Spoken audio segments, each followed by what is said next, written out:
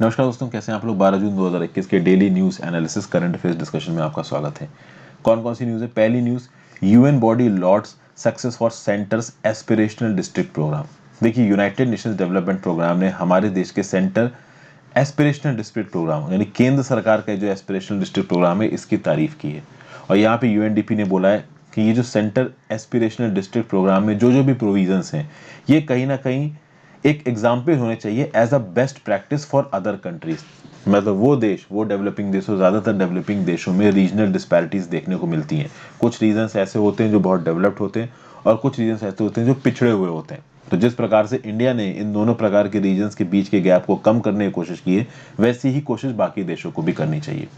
फिर अपनी रिपोर्ट में यूनाइटेड नेशंस डेवलपमेंट प्रोग्राम ने यह भी बोला है कि overall aspirational district programme is a very successful model of local area development, क्योंकि इस मॉडल में लीव नो वन बिहाइंड वाला कंसेप्ट आता है और लीव नो वन बिहाइंड वाला कंसेप्ट आपका सस्टेनेबल डेवलपमेंट गोल्स में भी है।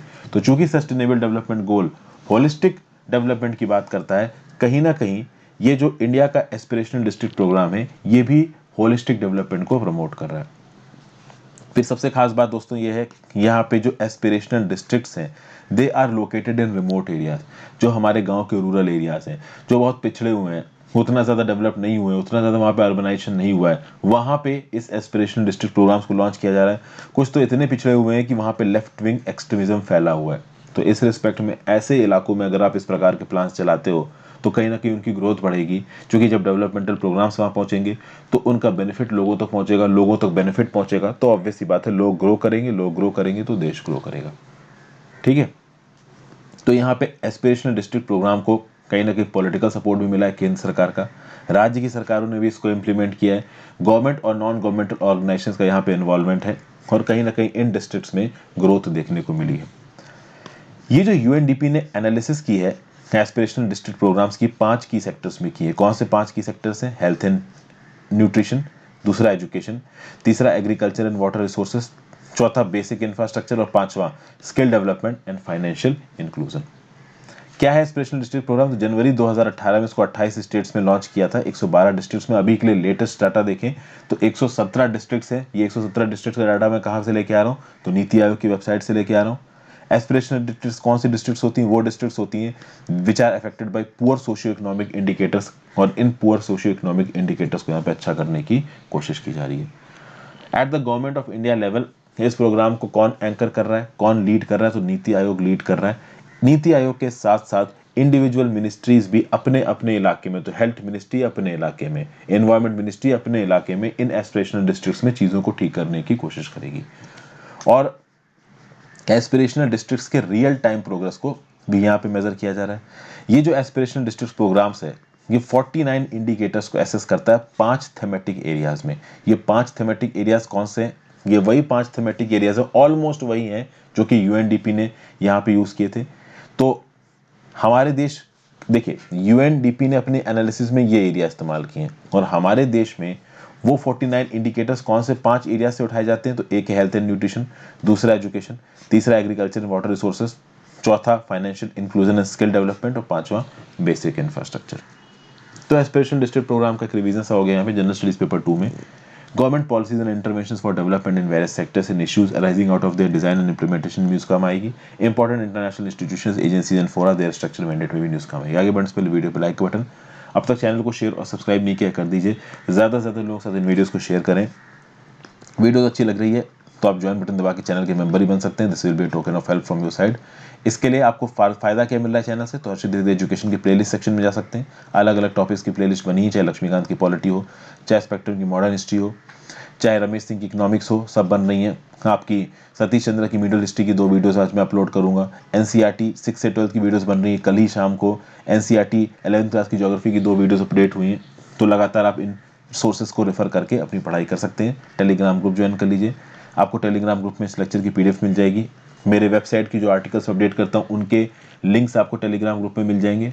साथ साथ जो भी वीडियो अपडेट होती है मेरे यूट्यूब चैनल में उन सबके लिंक आपको टेलीग्राम ग्रुप में मिलेंगे। रीज़न भी यूट्यूब सारे वीडियोस के नोटिफिकेशन नहीं भेजता है, तो ऑब्वियस सी बात है एक चैनल हमारा होना चाहिए अलग से भेजने का, तो इसलिए टेलीग्राम ग्रुप है। और वेबसाइट रेफर कर लीजिए, डेली बेसिस पे वहाँ पे करंट अफेयर्स अपलोड हो रहे हैं। फिर नेक्स्ट न्यूज़ है, 2 new tribes India outlets inaugurated, new tribes India outlets.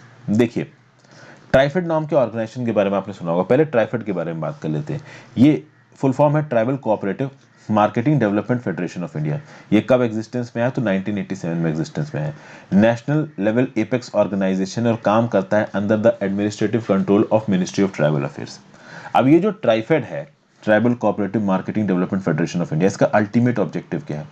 तो हमारे देश के जो ट्राइबल लोग हैं, पिछड़े हुए लोग हैं, उनका सोशियो इकोनॉमिक डेवलपमेंट करना हो। कैसे होगा उनको सोशियो इकोनॉमिक डेवलपमेंट? तो भाई उनको कहीं ना कहीं पैसा कमा के देना। तो ये ट्राइबल पीपल जिस भी प्रकार के ऑक्यूपेशन में इन्वॉल्व हैं, चाहे वो मेटल क्राफ्ट हो, चाहे वो ट्राइबल टेक्सटाइल्स हो, चाहे वो पॉटरी हो, चाहे वो ट्राइबल पेंटिंग्स हो, चाहे वो माइनर फॉरेस्ट प्रोड्यूस हो, इन प्रकार की चीजों का मार्केटिंग करना और मार्केटिंग करके उन प्रकार की चीजों को एंड प्रोडक्ट्स, एंड यूजर्स तक पहुंचाना। और एंड यूजर ऑब्वियस सी बात है, इन प्रोडक्ट्स को खरीदेंगे तो जो पैसा है वो इन ट्राइबल्स के पास पहुंचेगा। तो एक सस्टेनेबल मॉडल बन पाएगा। अब यहाँ पे सरकार सीधे सीधे पैसा नहीं बांट रही है, यहाँ पे एक ऑर्गेनाइजेशन जो कुछ भी ट्राइबल्स पैदा कर रहे हैं उसको एंड कस्टमर्स तक बेचने की कोशिश कर रहा है। तो यहाँ पे ट्राइफेड एज अ फैसिलिटेटर काम कर रहा है। This is a service provider for tribes. Tribes जो भी प्रोडक्ट पैदा करती हैं उन प्रोडक्ट को मार्केट में बेचो, इससे ट्राइब्स को खुद ही पैसा मिल जाएगा। एक प्रकार का सस्टेनेबल मॉडल यहाँ पे डेवलप होगा। और इसी रिस्पेक्ट में ट्राइफेड ने यहाँ पे क्या किया है कि 2 नए आउटलेट्स खोले गए हैं at Daman and at Silvassa in Dadra and Nagar Haveli. तो ये जो दमन और सिलवासा और दादरा एंड नागर हवेली में जो 2 नए आउटलेट्स खोजे गए हैं, इनको किसने इनॉग्रेट किया है? तो श्री प्रफुल्ल पटेल साहब ने इनॉग्रेट किया है। ये एडमिनिस्ट्रेटर है to the union territory of Dadra and Nagar Haveli and Daman and Diu. अब समझिए, ये वही प्रफुल्ल पटेल हैं जो लक्षद्वीप के एडमिनिस्ट्रेटर हैं। और लक्षद्वीप में जितने भी नए नियम कानून आए हैं जिसके खिलाफ इतना बवाल चल रहा है, आज ही सुबह मैंने आयशा सुल्ताना से रिलेटेड एक वीडियो बनाई है जहां पे उनके खिलाफ सेडिशन के चार्जेस लाए गए हैं। तो प्रफुल्ल पटेल इस समय काफी न्यूज में है, हालांकि वो गलत रीजन से न्यूज में, क्योंकि लक्षद्वीप के एडमिनिस्ट्रेटर की तरह जो वो काम किया है 2020 दिसंबर से लेकर अब तक, इसके लिए यहाँ पे प्रफुल्ल पटेल को क्रिटिसाइज किया जा रहा है। तो एट द सेम टाइम याद रखिएगा, प्रफुल्ल पटेल लक्षद्वीप के भी एडमिनिस्ट्रेटर हैं और union territory of Dadra Nagar Haveli Daman and Diu के भी एडमिनिस्ट्रेटर हैं। ठीक है, दोनों चार्जेस हैं इनके पास। फिर आगे बात करते हैं। तो ये पर्टिकुलर जो नए आउटलेट्स हैं, ये आउटलेट्स इन ट्राइबल आर्टिजन्स को लाइवलीहुड प्रोवाइड करते हैं। देखिए, जो भी ट्राइबल्स प्रोडक्ट पैदा करते हैं उन प्रोडक्ट को इन आउटलेट में जाके बेच दो, पैसा कहाँ पहुंच जाएगा? ट्राइबल्स के पास पहुंच जाएगा। तो एक प्रकार का यहाँ पे रिटेल आउटलेट से खुल रहा है, रिटेल ऑपरेशन से चल रहा है, जहाँ पे बनाई हुई चीजों को मार्केट में बेचा जा रहा है। तो ये जो नए शोरूम्स खोले गए हैं union territory of Dadra Nagar Haveli Daman and Diu में, ये ऑथेंटिक ट्राइबल हैंडीक्राफ्ट्स और हैंडलूम्स को बेचेंगे। ये हैंडीक्राफ्ट हैंडलूम कहाँ के? तो महेश्वरी एमपी के, पोचमपल्ली तेलंगाना के, चंदेरी मध्य प्रदेश के, बाग मध्य प्रदेश के, और भी बहुत से natural organic products under Vandhan essentials immunity boosters जैसे कि organic grains, spices, herbal teas, exclusive bell and metal work items, ये सब भी कहीं ना कहीं इन आउटलेट्स में यहाँ पे बेचे जाएंगे। ठीक है भाई। फिर यहाँ पे कुछ अट्रैक्टिव सेगमेंट्स भी हैं, जैसे टेक्सटाइल, साड़ीज और स्टोर्स जैसे कि Bagh print, readymade garments for women, men and children, tribal jewellery, metal art, iron items, pottery items, Vandhan natural produce, large stones, ये सब कुछ आपका इन सेंटर्स में खोले जाएंगे, जो कि कहीं ना कहीं भी union territory of Dadra Nagar Haveli Daman and Diu में खोले गए। तो एक इंपॉर्टेंट न्यूज़ है और ये इनिशिएटिव है ट्राइफेड के द्वारा। इस प्रकार के इनिशिएटिव्स को हमारे देश के वल्नरेबल सेक्शंस को इंप्रूव करने में क्या क्या किया जा रहा है, ऐसी किसी क्वेश्चन में आप कोट कर सकते हो। जनरल स्टडीज पेपर 2 में welfare schemes for the vulnerable section of the population bye centre and states and the performance of this schemes में आपको न्यूज़ काम आएगी। नेक्स्ट बात करते हैं ब्रीच ऑफ प्रिविलेज मोशन के बारे में। कम्युनिस्ट पार्टी ऑफ इंडिया के मेंबर ऑफ पार्लियामेंट बिनोय विश्वम, ये बिनोय विश्वम राज्यसभा में पार्लियामेंट है फ्रॉम केरला। ठीक है, अभी राज्यसभा में पार्लियामेंट है तो कोई पर्टिकुलर कॉन्स्टिट्यूएंसी तो है नहीं, कॉन्स्टिट्यूएंसी वाला कंसेप्ट तो लोकसभा में आता है। तो अभी बिनोय विश्वम साहब ने एक breach of privilege motion file किया है अगेंस्ट लक्षद्वीप के एडमिनिस्ट्रेटर प्रफुल्ल के पटेल।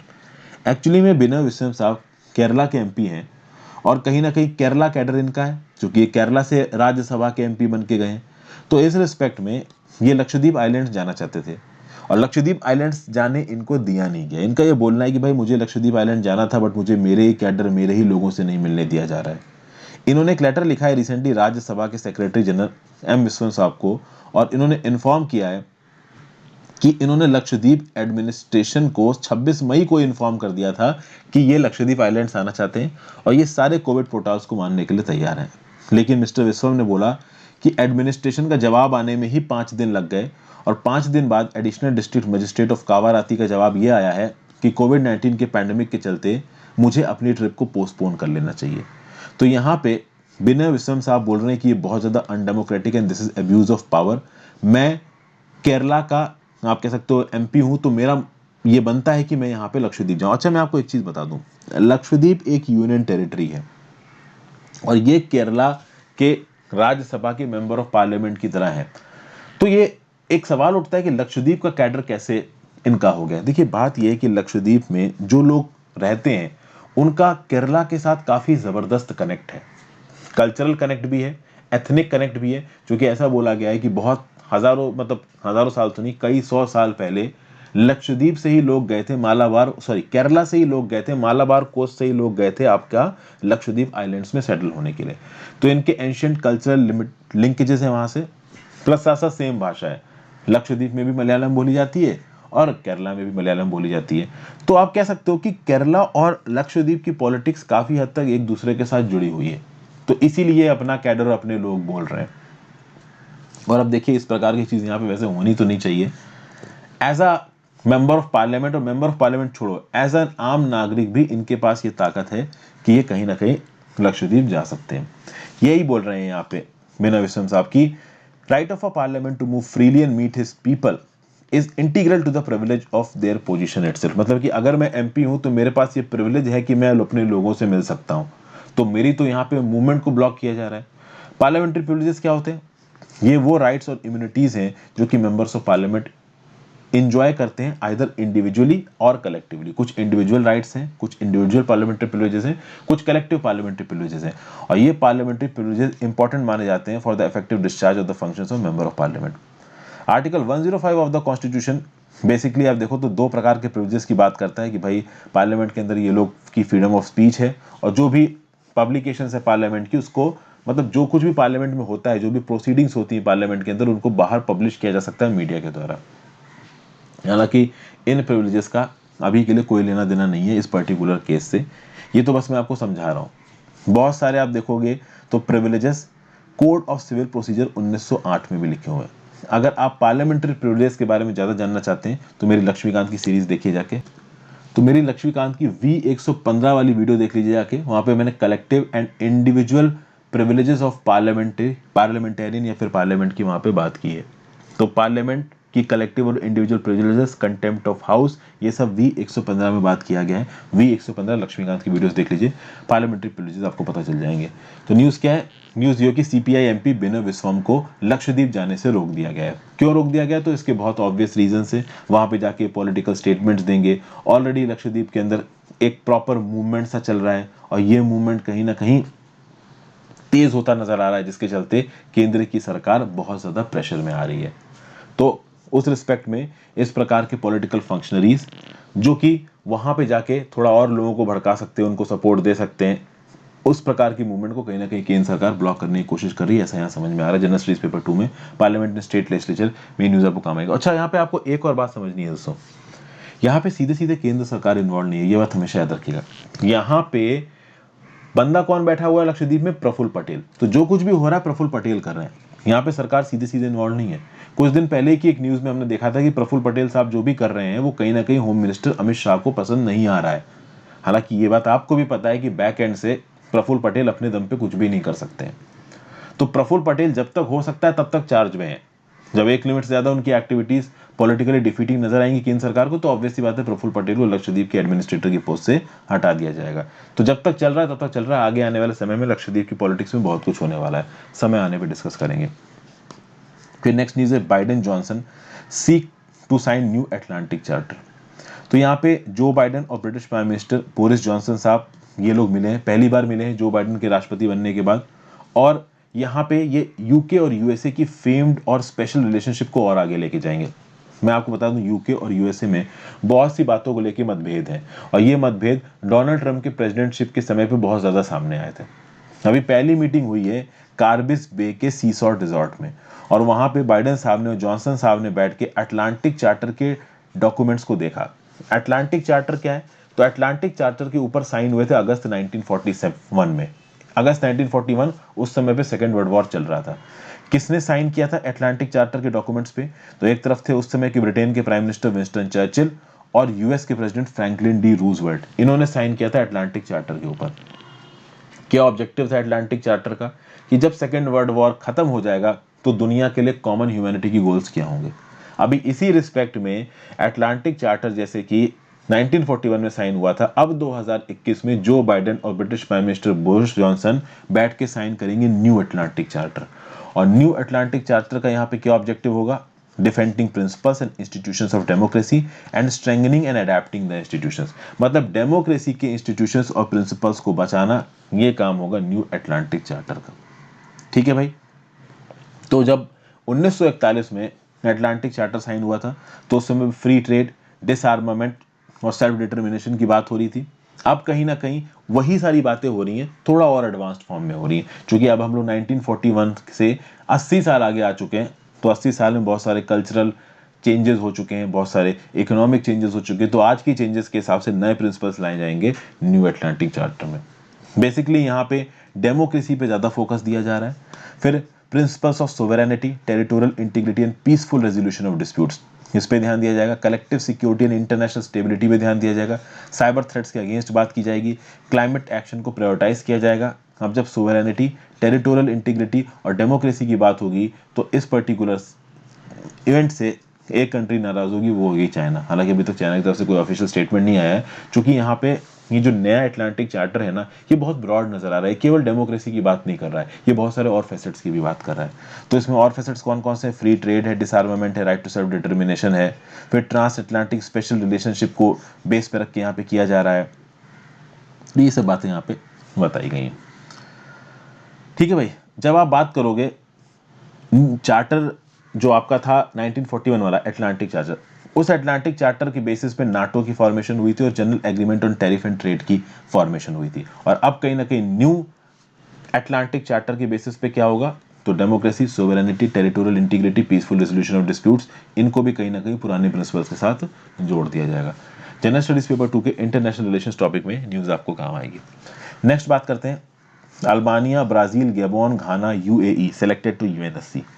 देखिए 2022 और 2023 के लिए वो 5 कंट्रीज जो कि नॉन परमानेंट मेंबर्स रहने वाली हैं सिक्योरिटी काउंसिल की, उनका इलेक्शन हो गया है। कौन कौन सी कंट्री? तो एक है Albania, Brazil, Gabon, Ghana, UAE. तो ये 2022 से लेकर 2023 तक के लिए यूएनएससी की नॉन परमानेंट मेंबर्स बन चुकी हैं। देखिए ऐसा क्या है ना, 5 बाप ऊपर बैठे हुए हैं, 5 परमानेंट मेंबर्स। कौन कौन से 5 परमानेंट मेंबर्स? तो China, France, Russia, United kingdom और यूनाइटेड स्टेट्स। तो इन्होंने बोल दिया कि भाई बादशाहत तो हमारी है, हम सबके बाप हैं। हाँ ठीक है, हम तुम लोग के बीच में चिल्लर बांटेंगे, तो एक काम करो 10 चिल्लर कंट्रीज को हर साल चुना जाएगा और उनको 2 साल का टर्न दिया जाएगा। मतलब कि हर साल 5 चुनी जाएंगी, फिर अगले साल 5 और टोटल 10 कंट्रीज एक समय पे लगातार 2 साल के लिए मेंबर रहेंगी किसकी? यूनाइटेड नेशंस सिक्योरिटी काउंसिल की as a non permanent member. मतलब ये 5 लोग तो 5 परमानेंट मेंबर रहेंगे, बाकी 10 को हम लोग चिल्लर बना के थोड़ी थोड़ी देर के लिए मेंबरशिप दे देंगे यूनाइटेड नेशन सिक्योरिटी काउंसिल की नॉन परमानेंट मेंबर्स। हम तो परमानेंट ही रहेंगे, ये इन 5 ने डिक्लेयर कर दिया। आपको पता होना चाहिए कि नॉन परमानेंट मेंबर्स के पास कोई भी वीटो पावर नहीं है। Permanent members of the United nation security council के पास वीटो पावर्स भी हैं। ठीक है। तो अभी के लिए यूनाइटेड नेशन जनरल असेंबली ने 1 जनवरी 2022 को टेन्योर जो शुरू हो रहा है 2022 का 2023 का, उसके लिए 5 कंट्रीज चुन ली हैं, अल्बानिया, ब्राजील, गैबोन, घाना और यूएई।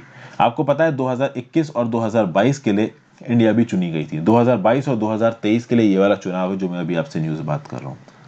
अब कोई भी ऐसा यहाँ पे कंपटीशन नहीं हुआ है, कोई भी ऐसा यहाँ पे कोई बहुत इंटेंस वोटिंग नहीं हुई है। उसका रीज़न ये था कि अपने अपने इलाकों से ये अकेली कंट्रीज थी जो कंटेस्ट कर रही थी। अगर आप देखो तो 3 सीटें एलोकेट की जाती हैं अफ्रीकन और एशियन स्टेट्स को। अभी अफ्रीकन और एशियन स्टेट से 3 ही कंट्रीज थी, गैबोन, घाना और यूएई, तो तीनों चुन ली गई हैं यहाँ पे। फिर एक कंट्री चुनी जाती है लैटिन अमेरिकन और कैरेबियन ग्रुप से, यहाँ से भी केवल एक ही कंट्री थी ब्राजील, तो ब्राजील को चुन लिया गया। और अल्बानिया ईस्टर्न यूरोपियन ग्रुप से चुनी गई है।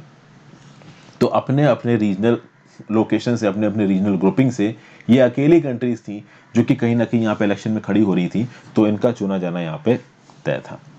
अब चूंकि ये नई मेंबर बन के आ रही है 2022 में, तो 2021 में कुछ existing non permanent members retire हो जाएंगे। वो कौन कौन से हैं? तो Estonia, Niger, Saint Vincent and Grenadines, Tunisia and Vietnam. तो मतलब यहाँ पे जितनी छोटी छोटी टाइप की कंट्रीज भी है ना, उनको भी मेंबर बना दिया जाता है। तो ऐसा नहीं है कि इंडिया मेंबर बन रहा है, पाकिस्तान बन रहा है, ईरान बन रहा है, तो ये कोई बहुत ताकतवर देश है। कोई ताकतवर देश नहीं है, चाहे थोड़ा ताकतवर हो चाहे चिल्लर देश हो, सब लोग रोटेशन के हिसाब से यूनाइटेड नेशन सिक्योरिटी काउंसिल के नॉन परमानेंट मेंबर बनाए जाते हैं। तो रियल ताकत केवल 5 ही कंट्रीज के पास है इफेक्टिवली अगर देखा जाए तो। ठीक है, फिर इनका इलेक्शन कैसे होता है नॉन परमानेंट मेंबर्स का? तो एक सीक्रेट बैलेट होता है, उस सीक्रेट बैलेट में जाके लोग वोट डालते हैं। यूनाइटेड नेशंस जनरल असेंबली में आपको 2/3 मेजॉरिटी मिलनी चाहिए नॉन परमानेंट मेंबर बनने के लिए। टोटल 15 मेंबर्स होते हैं यूनाइटेड नेशन सिक्योरिटी काउंसिल के, 5 परमानेंट और 10 नॉन परमानेंट। 5 परमानेंट के पास वीटो पावर होती है, 10 नॉन परमानेंट के पास कुछ नहीं होता है। जनरल स्टडीज पेपर 2 में इंपॉर्टेंट इंटरनेशनल इंस्टीट्यूशंस एंड मेडनेट में न्यूज आपको काम आएगी। फिर आज की लास्ट न्यूज देखते हैं, Russia to supply advance satellite to Iran. Russia ने यहाँ पे डिसाइड किया कि ये लोग एडवांस सैटेलाइट प्रोवाइड करेंगे ईरान को, और इस चीज के ऊपर बातचीत अभी की नहीं है, 2018 से चल रही है। बेसिकली ईरान के इस्लामिक रेवोल्यूशनरी गार्ड कॉर्प्स, जो कि सबसे एलीट मिलिट्री फोर्स है ईरान की, इसके बहुत से लीडर अक्सर कर 2018 से रशिया जाते नजर आए हैं, और कहीं ना कहीं वो इस डील को बहुत तेजी से इंप्लीमेंट करना चाहते थे। और अब फाइनली रशिया ने बोला है कि Russian made Canopus 5 satellite provide की जाएगी ईरान को। इस सैटेलाइट में एक हाई रेजोल्यूशन कैमरा लगा हुआ है। ये सैटेलाइट रशिया से ही लॉन्च की जाएगी कुछ महीनों में, लॉन्च करने के बाद इसका कंट्रोल ईरान को दे दिया जाएगा। अब ईरान को इससे क्या फायदा होगा? देखिए, ये अच्छी खबर नहीं है, ना सऊदी अरेबिया के लिए ना यूएई के लिए, खासा कर ये इजराइल के लिए तो बिल्कुल ही अच्छी खबर नहीं है, और ना ही यूएसए के लिए। रीजन बीइंग कि कहीं ना कहीं ईरान के साथ USA, Saudi Arabia, UAE, Israel जैसी कंट्रीज की बनती नहीं है। अब अगर ये हाई रेजोल्यूशन कैमरे वाली सैटेलाइट ईरान को मिल जाती है, तो जो भी पोटेंशियल मिलिट्री टारगेट से मिडिल ईस्ट में, उनको ईरान आराम से मॉनिटर कर सकता है। और ये आप देखोगे कि कहीं ना कहीं एक ऐसे समय पे ये स्टेप आया है मॉस्को की तरफ से, जब जो बाइडेन और व्लादिमीर पुतिन कुछ दिन पहले, आप कह सकते हो कि मतलब कि अभी जो बाइडेन और रशियन प्रेसिडेंट इसके रिस्पेक्ट में जेनेवा में बात करने वाले हैं, और उससे पहले ही ये अनाउंसमेंट यहाँ पे आ गया है। प्लस यूएसए और ईरान इस बात के ऊपर भी बातचीत कर रहे हैं कि जो 2015 की न्यूक्लियर डील थी, joint comprehensive programme of action, जिसको डोनाल्ड ट्रम्प ने कैंसिल कर दिया था, उसको भी रिवाइव होने की बात हो रही है। इस सारे पैरामीटर के अंदर, इस सारे केओस के अंदर से ये अनाउंसमेंट आ रही है रशिया की तरफ से कि एक सैटेलाइट यहाँ पे प्रोवाइड की जाएगी ईरान को। अब खास बात यहाँ पे ये है कि वैसे तो ये जो कैनोपस 5 है, ये सिविलियन पर्पसेस के लिए प्रोवाइड की जा रही है। तो ईरान भी ये बोल रहा है कि हम इस सैटेलाइट को सिविलियन पर्पसेस के लिए ले रहे हैं। Eight the same time Russia भी ये बोल रहा है कि हम इस सैटेलाइट को सिविलियन पर्पसेस के लिए दे रहे हैं। लेकिन ऑब्वियस ही बात है, ईरान इसका प्रयोग मिलिट्री पर्पस के लिए भी करेगा, ये बात तय है यहाँ पे। तो ये सैटेलाइट मदद करेगी ईरान की किस चीज में? Continuous monitoring of facilities ranging Persian oil refinery and Israeli military bases to Iraqi barracks that US. तो इराक में यूएस के ट्रूप्स कहाँ कहाँ पे, इजरायली मिलिट्री बेसेस कहाँ कहाँ पे, पर्शियन गल्फ की ऑयल रिफाइनरीज कहाँ कहाँ पे, इन सब चीजों में कहीं ना कहीं आप देखोगे कि ये पर्टिकुलर सैटेलाइट रशिया की मदद करेगी। सॉरी, मैंने इसको आखिरी आर्टिकल बोल दिया था, एक आर्टिकल अभी आगे और है। तो कैनोपस 5 आज सिविलियन यूज के लिए रहा है, लेकिन मिलिट्री यूज के लिए भी कहीं ना कहीं ये यूज होगा। ओवरऑल अब देखना ये है कि जो बाइडेन का यहाँ पे क्या रिस्पॉन्स आता है। वैसे तो एक्सपेक्ट ये करना चाहिए कि जो बाइडेन का यहाँ पे पॉजिटिव रिस्पॉन्स आना चाहिए, क्योंकि देखिए मॉस्को मतलब कि रशिया और चाइना को ईरान एक स्ट्रेटेजिक पार्टनर की तरह लेके चल रहा है, और आगे आने वाले समय में ईरान डेफिनेटली ताकतवर होगा, चाइना और रशिया उसकी मदद करेगा। अभी ऐसे केसेस में यूएसए अगर इस पर्टिकुलर चीज को ओपनली रिजेक्ट करता है, तो आगे आने वाले समय में ईरान और यूएसए के रिश्ते अच्छे नहीं हो पाएंगे। यूएसए को अगर एक न्यूक्लियर डील साइन करनी है ईरान के साथ, तो इस प्रकार की अगर सैटेलाइट्स कैसे भी ईरान के पास पहुंचती हैं, तो इस डिसीजन के साथ यूएसए को पीस कर लेना चाहिए, इसका ज्यादा अपोजिशन करना नहीं चाहिए। क्योंकि देखिए, अपोजिशन करने से कुछ होगा नहीं, रशिया उसको सैटेलाइट देगा और ईरान सैटेलाइट लेगा। तो यहाँ पे अगर जो बाइडेन नाराज होते हैं, तो उससे मैटर सॉल्व नहीं होगा, मैटर और बिगड़ जाएगा यहाँ पे। ठीक है, ईरान रशिया रिलेशंस की बात की जाए, तो सोवियत यूनियन के गिरने के बाद से, जब से रशिया बना है, तब से ईरान और रशिया के रिलेशंस काफी अच्छे रहे हैं। ओके, कॉकेसस में, आर्मेनिया और इसके आसपास के इलाकों में ईरान और रशिया को काफी स्ट्रेटेजिक अलाई माना गया है, और कुछ मिलिट्री थिएटर्स में ईरान और रशिया एक दूसरे के साथ मिलकर भी काम कर रहे हैं। जैसे कि सीरिया में जो सिविल वॉर चल रहा है, इराक में आईएस के खिलाफ जो लड़ाई हुई है, वहां पे कहीं ना कहीं ईरान और रशिया पार्टनर्स की तरह काम कर रहे हैं। अफगानिस्तान और पोस्ट सोवियत सेंट्रल एशिया में भी इन्होंने पार्टनर्स की तरह काम किया। सीरिया में जिस फैक्शन को यूएसए सपोर्ट करता है, उसके अगेंस्ट बात करता है ईरान और मॉस्को, और कहीं ना कहीं ईरान और रशिया जिसको सपोर्ट करते हैं उसके अगेंस्ट है यूएसए। तो सीरिया एक बैटलफील्ड बन गया बड़े पावर्स का। यहाँ सीरिया के लोग तो फालतू ही में लड़ रहे हैं, वहां के ट्राइबल्स और वहां के जो भी आप कह सकते हो एथनिक ग्रुप्स हैं वो बेकार में आपस में लड़ रहे हैं। मेन पावर गेम तो ये बड़ी ताकतें खेल रही हैं। फिर आप देखोगे कि ईरान को इनविटेशन मिला है रशिया की तरफ से कलेक्टिव सिक्योरिटी ट्रीटी ऑर्गेनाइजेशन में शामिल होने का। जैसा कि नाटो है ना, वैसा ही सीएसटीओ है, collective security treaty organization. Russia Iran को इनविटेशन दे चुका है कि आप इसको आके ज्वाइन कर लो। Collective security treaty organization NATO की तरह बोलता है कि अगर किसी एक कंट्री के ऊपर अटैक होता है तो बाकी सारी कंट्रीज मदद के लिए आएंगी, लेकिन कोई मतलब नहीं है कलेक्टिव सिक्योरिटी ट्रीटी ऑर्गेनाइजेशन जैसी चीजों का। जैसा कि मैंने आपको पहले ही बताया था, जब आर्मेनिया और अजरबैजान की जंग चल रही थी और जब आर्मेनिया हार रहा था, उस समय पे आर्मेनिया ये बोल के बुलाता रह गया रशिया को कि हम कलेक्टिव सिक्योरिटी ट्रीटी ऑर्गेनाइजेशन के मेंबर है, हमारी मदद करो, बट रशिया की तरफ से कोई भी मदद नहीं आई। तो ये सीएसटीओ जैसे ऑर्गेनाइजेशन अगर सही समय पे मेंबर कंट्रीज की मदद नहीं कर सकते तो they are as good as dead. वो बस डिप्लोमेसी दिखाने भर के लिए हैं, शुरुआत में रिश्ते अच्छे करने के लिए हैं, जब मदद का समय आएगा कोई भी मदद के लिए नहीं आएगा। ये आर्मेनिया वाले एग्जाम्पल से हम लोग देख चुके हैं। ईरान ज्यादातर अपने देश में मैन्युफैक्चर्ड वेपन्स को यूज करता है, डोमेस्टिक हार्डवेयर को यूज करता है, लेकिन कुछ वेपन सिस्टम्स ईरान रशिया से भी खरीदता है। At the same time Iran की drone technology, military technology Russia में भी पाई गई है। अगर आप ईरान का नक्शा देखो तो आप देखो ईरान किस किस कंट्रीज के साथ बाउंड्री लगाता है। तो कैस्पियन सी के साथ बाउंड्री नजर आ रही है साउथ में, पर्शियन गल्फ के साथ बाउंड्री नजर आ रही है, स्टेट ऑफ होर्मुज यूएई और ईरान के बीच में, ये याद रखिएगा। तो ये स्टेट ऑफ होर्मुज है, याद रखिएगा, ईरान के बगल से। पर्शियन गल्फ यहाँ पे है। अब अगर आप देखो तो ईरान के नॉर्थ में आपको दिख रहा है अजरबैजान, एक छोटी सी बाउंड्री यहाँ पे आर्मेनिया से भी लग रही है। फिर अगर आप ईरान के नॉर्थ वेस्ट में चले जाओ तो आपको दिखेगा टर्की, वेस्ट में आपको नजर आएगा इराक, ठीक है। ईस्ट में ईरान की काफी बड़ी बाउंड्री पाकिस्तान और अफगानिस्तान के साथ भी लगती है। नॉर्थ में एक और देश के साथ बड़ी बाउंड्री लगती है ईरान की, वो है तुर्कमेनिस्तान, ठीक है भाई। और अगर आप कैस्पियन सी क्रॉस कर जाते हो समुद्र के मामले, तो कहीं ना कहीं रशिया के साथ भी बाउंड्री लग जाएगी आपकी ईरान की। तो ये ईरान की बाउंड्री है, ईरान की लोकेशन को याद रखिएगा, ठीक है ना। क्योंकि ये पूरा का पूरा इलाका वेस्ट एशिया और ये ईरान के आसपास का जो एशिया वाला इलाका ये न्यूज़ में रहा है, तो इस रिस्पेक्ट में ये मैप आपके लिए काफ़ी इंपॉर्टेंट हो जाता है। Syria, Iraq, Saudi Arabia, Yemen, Oman, Afghanistan, Pakistan, Turkmenistan, Tajikistan, Uzbekistan, Kyrgyzstan, Georgia, इन सब कंट्रीज की बाउंड्री किसके साथ लगती है ये आपको मालूम होना चाहिए, किसी एमसीक्यू में पूछा जा सकता है। General studies paper 2 international relations की न्यूज़ है। फिर चलते हैं अगली न्यूज़ पे। ये है last news, China Sri Lanka friendship hospital inaugurated in Polonnaruwa. President Gotabaya Rajapaksa ने फ्राइडे को चाइना श्रीलंका फ्रेंडशिप हॉस्पिटल को इनॉग्रेट किया है पुलुनुरोवा करके एक जगह पे। कैसे इनॉग्रेट हुआ है? तो भाई चाइना की तरफ से $60 मिलियन की ग्रांट आई है। ग्रांट है, याद रखिएगा, ये लोन नहीं है। मतलब $60 मिलियन तो प्री फंड ने चाइना में श्रीलंका को दे दिया कि ठीक है भाई अपने लिए एक हॉस्पिटल बनवा लो। ये जो हॉस्पिटल है वो श्रीलंका की नॉर्थ सेंट्रल प्रोविंस में है और खासकर ये हॉस्पिटल किडनी एलिमेंट्स को ट्रीट करने के लिए बनाया गया है। इस पर्टिकुलर इलाके में फार्मर्स में एक बीमारी बहुत ज्यादा फैली हुई है। उस बीमारी का नाम है chronic kidney disease of unknown aetiology. इस बीमारी को CKDU भी बोलते हैं। इस बीमारी के एग्जैक्ट कारण क्या है श्रीलंका के इस पर्टिकुलर इलाके में, इसके बारे में ज्यादा जानकारी है नहीं, बट चूंकि एग्रीकल्चरल इंटेंसिव इलाका है तो कुछ ना कुछ एग्रीकल्चर में शायद कुछ ऐसा होता है कि यहाँ के फार्मर्स के अंदर इस प्रकार की किडनी प्रॉब्लम्स आ जाती है, किडनी डिसऑर्डर आ जाते हैं। तो स्पेसिफिकली किडनी का एक हॉस्पिटल यहाँ पे चाइना के $60 मिलियन के थ्रू बनाया गया है। इसको आप बोलोगे China Sri Lanka friendship hospital. Okay, ये हॉस्पिटल बनाने की जो डिमांड थी या फिर रिक्वेस्ट थी, ये फॉर्मर प्रेसिडेंट मथिरीपाल सिरिसेना ने की थी। मथिरीपाल सिरिसेना पार्लियामेंट के मेंबर है फ्रॉम पुलुनुरावू। पहले ये प्रेसिडेंट थे, अब ये प्रेसिडेंट नहीं है। अब कहीं ना कहीं चाइनीज गवर्नमेंट ने ग्रांट प्रोवाइड कर दी है। तो चाइनीज गवर्नमेंट ने ग्रांट भी दी है, प्लस चाइनीज गवर्नमेंट ने दबा के इनको करेंसी स्वैप फैसिलिटीज और लोन भी दिया है। तो करेंसी स्वैप फैसिलिटी के साथ कहीं ना कहीं चाइना ने $2 बिलियन का लोन दे रखा है श्रीलंका को, और पिछले साल ही $90 मिलियन की ग्रांट भी दी थी चाइना ने श्रीलंका को। मतलब पैसा दे दे के चाइना, श्रीलंका के लीडर्स में मुंह में पैसा ठूस ठूस के चाइना ने ऑलमोस्ट श्रीलंका को यहाँ पे खरीद सा लिया है।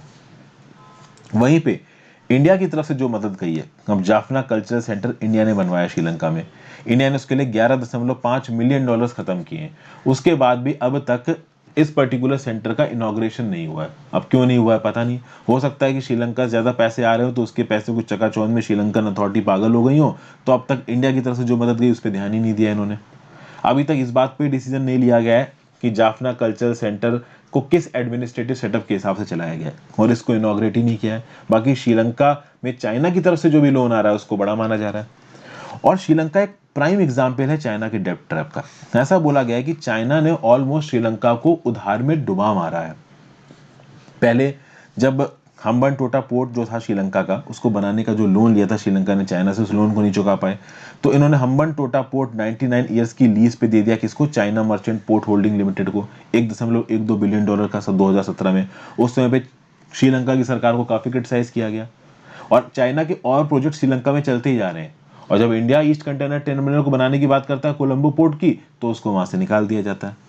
फिर आप देखो कि कहीं ना कहीं जो डेब्ट क्राइसिस है ना, बहुत सारे एक्सपर्ट्स का बोलना है कि श्रीलंका की जो डेब्ट क्राइसिस है विद रिस्पेक्ट टू चाइना, ये बहुत ज्यादा बड़ी है। ये देखने में भले ही छोटी नजर आती हो, but this is the tip of the iceberg. अगर आप खोदोगे तो ये जो डेब्ट क्राइसिस दिख रही है आपकी श्रीलंका की, ये बहुत ज्यादा बड़ी है व्हेन कंपेयर टू, मतलब जितना नजर आ रहा है उसके रिस्पेक्ट में। तो ये सब बातें यहाँ पे बताई गई हैं। अब कहीं ना कहीं जो पॉलिटिकल लीडर्स हैं श्रीलंका के, वो चाइना के लोन्स को बहुत इंपॉर्टेंस दे रहे हैं। जब पैसा आता है तो सबको अच्छा लगता है, और पैसा कोई मना नहीं करना चाहता है, भले कितना भी आप डेब्ट में चलते चले जाओ। और कभी भी इंडिया की इकोनॉमिक हालत अभी ऐसी है नहीं कि चाइना के लेवल का पैसा हम उनको बांट पाए। जनरल स्टडीज पेपर 2 में international relations and effect of policies and politics of developed and developing countries on India's interest in India से पूरा में न्यूज आपको काम आएगी। Thank you for watching friends. ज्यादा से ज्यादा लोग साथ इस वीडियो शेयर करिएगा। Good bye.